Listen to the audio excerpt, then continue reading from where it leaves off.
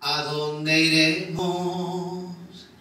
Sino a ti, Jehová, sino de ti viene nuestra salvación. ¿A dónde iremos? Sino a ti, Jehová, sino de ti viene nuestra salvación. Oh Señor, yo esperaré en ti. Oh Señor, yo confiaré en tu palabra. Oh Señor, yo no desmayaré. Porque en el libro de Isaías capítulo 30 versículos del 12 al 14. Libro de Isaías capítulo 30 versículos del 12 al 14. La palabra del Señor lee en el nombre del Padre, del Hijo y del Espíritu Santo. Amén. Por tanto, el Santo de Israel dice así: ¿por qué desechaste esta palabra y confiaste en violencia y en iniquidad? Y en ello os habéis apoyado. Por tanto, os será este pecado como grieta que amenaza ruina, extendiéndose en una pared elevada, cuya caída viene súbitamente y repentinamente, y se quebrará como se quiebra un vaso de alfarero, que sin misericordia lo hace en pedazos, tanto que entre los pedazos no se halla tiesto para traer fuego del hogar o para sacar agua del pozo.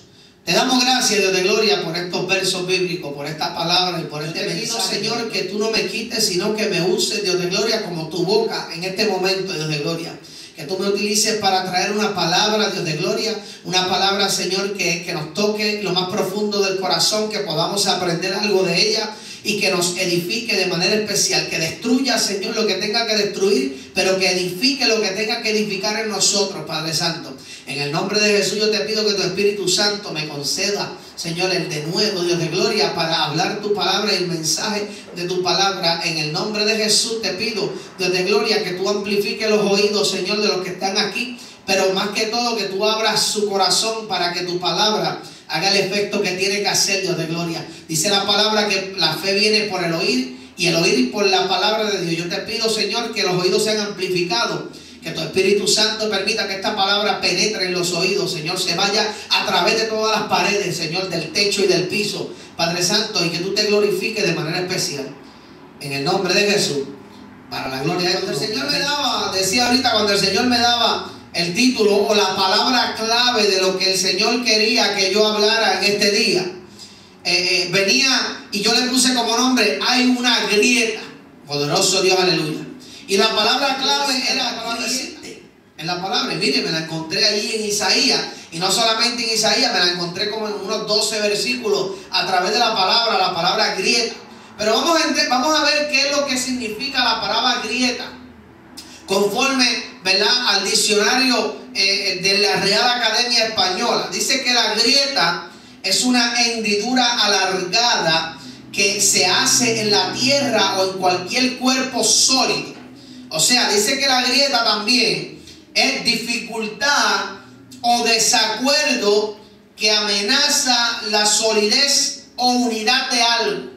Ve que la grieta, glorificado sea el nombre del Señor, si dice que es una hendidura, la definición de la grieta significa que al hacer una hendidura separa dos porciones que son sólidas. Mi alma alaba la gloria del nombre. Entonces, una grieta, glorificado sea el nombre del Señor. También ocurre allá en el libro de Génesis, glorificado sea el nombre del Señor.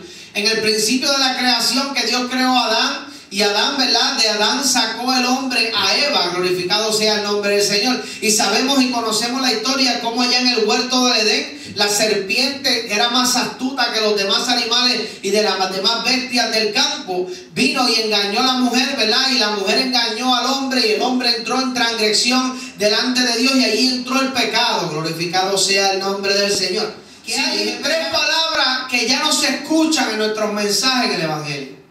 Poderoso Dios. Es la palabra pecado, la palabra juicio y la palabra infiel. Son palabras que no abundan en los mensajes mucho. Cuando escuchamos mucho, ahora mismo uno encuentra muchos mensajes, ¿verdad? A través del internet se encuentran muchos mensajes y escuchamos unos mensajes bonitos. Y yo doy gloria a Dios por esas personas, ¿verdad? Que se preparan para traer esos mensajes. Pero a veces me pongo a escuchar y no encuentro, ya no se encuentran estas palabras que son clave, ¿verdad? La palabra pecado ya no se encuentra en los mensajes. ¿Pero qué es pecado?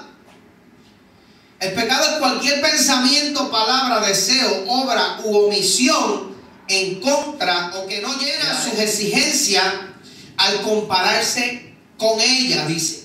Dice 1 de Juan capítulo 3 versículo 4. Todo aquel que comete pecado infringe también la ley. Pues el pecado es allí en el jardín del Edén. Allí fue que el pecado fue introducido en el hombre.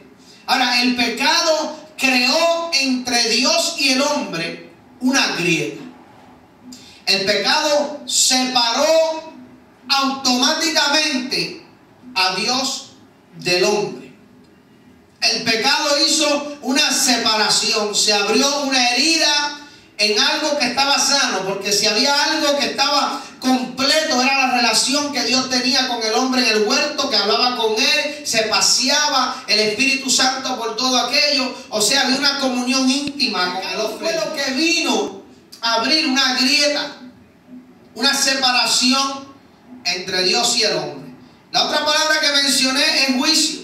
Sabemos que el pecado acarrea juicio. Todo pecado acarrea juicio.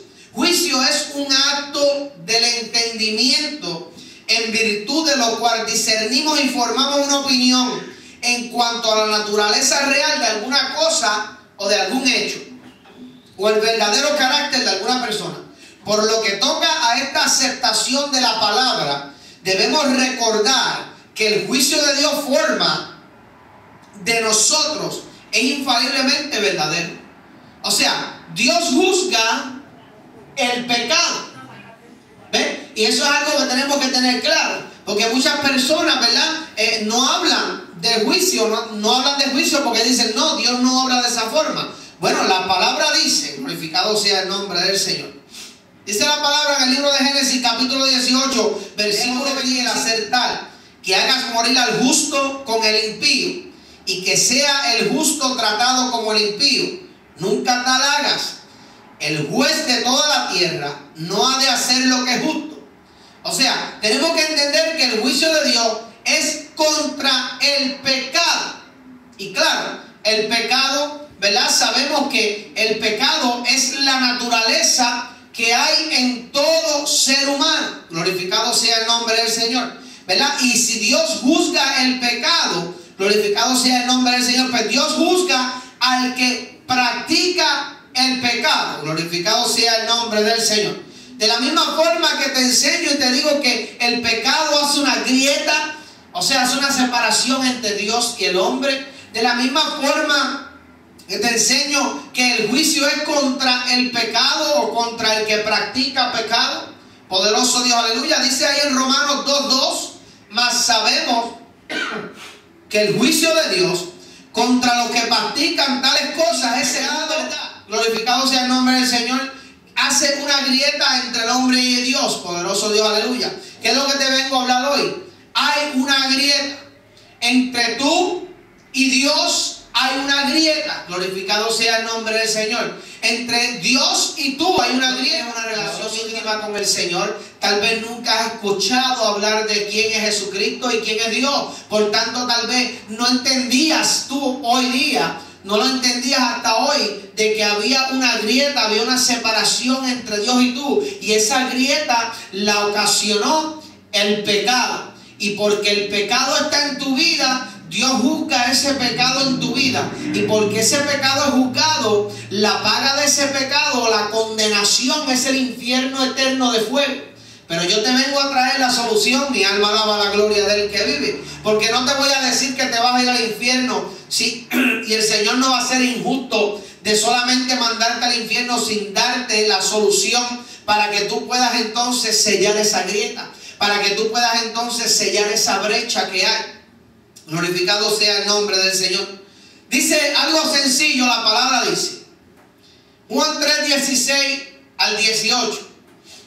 Porque de tal manera amó Dios al mundo. Mire, cuando nosotros hablamos de este versículo solamente y decimos porque de tal manera, o sea, ¿de qué manera fue que amó Dios al mundo? Lo amó de tal manera, o sea, de una manera tan grande y tan exagerada, si podemos decirlo así, utilizando esa palabra, que ha dado a su hijo unigénito. O sea, él no tenía más hijos.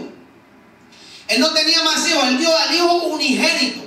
Porque tenemos que entender, muchas personas dicen, oh, yo soy hijo de Dios. Bueno, dice la palabra que nosotros nos constituimos hijos de Dios cuando nosotros aceptamos a Jesucristo como único y exclusivo Salvador. Entonces somos adoptados nuevamente. Ahora, de que Dios es nuestro Padre, en general sí lo es. Pero que tengamos una relación con nuestro Padre es otra cosa totalmente diferente. Dice, porque de tal manera amó Dios al mundo. ¿A quién fue que amó Dios? ¿A quién fue que amó Dios? ¿A los cristianos solamente? No, si es que nadie puede ser cristiano a menos que no haya aceptado a Cristo. Dios amó al mundo entero. Dios amó a la humanidad completa. Porque ha dado, dice que ha dado su hijo unigénito para que todo aquel, no importa, dice para que todo aquel, negro, blanco, amarillo, inglés, español, ruso, no importa lo que sea, para que todo aquel que en él cree, y ahí es donde está la clave, es creer. ¿Cómo yo voy a creer en lo que tú me estás diciendo, predicador o pastor, como sea? ¿Cómo yo voy a creer en lo que tú me estás diciendo si yo no veo ese hijo de Dios? Yo no veo nada. Bueno, eso es lo que dice es para que crees. Solamente lo que tienes que tener fe.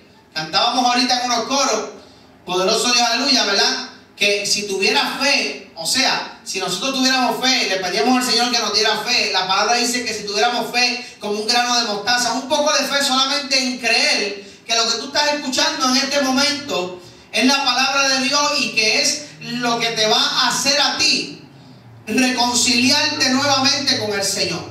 Dice, para que todo aquel que en Él cree no se pierda. ¿Y por qué es que estás destinado a perderte? Te voy a explicar lo que quiere decir este pedazo del versículo. Para que no se pierda. Estás destinado a perderte porque hay pecado en tu vida. Estás destinado a perderte porque Dios juzga el pecado. Y estás destinado a perderte porque el pecado, luego de ser juzgado, la condena es el infierno. Por eso es que para que no te pierdas, ¿de qué? Para que no te pierdas y te vayas entonces directamente al infierno. Mas tenga vida eterna. Y esto es una promesa. Cuando creemos en el Señor, nos reconciliamos con Dios, reparamos la relación, cerramos la grieta, glorificado sea el nombre del Señor. Entonces ahora vamos a gozar ¿de qué? De vida eterna con Él.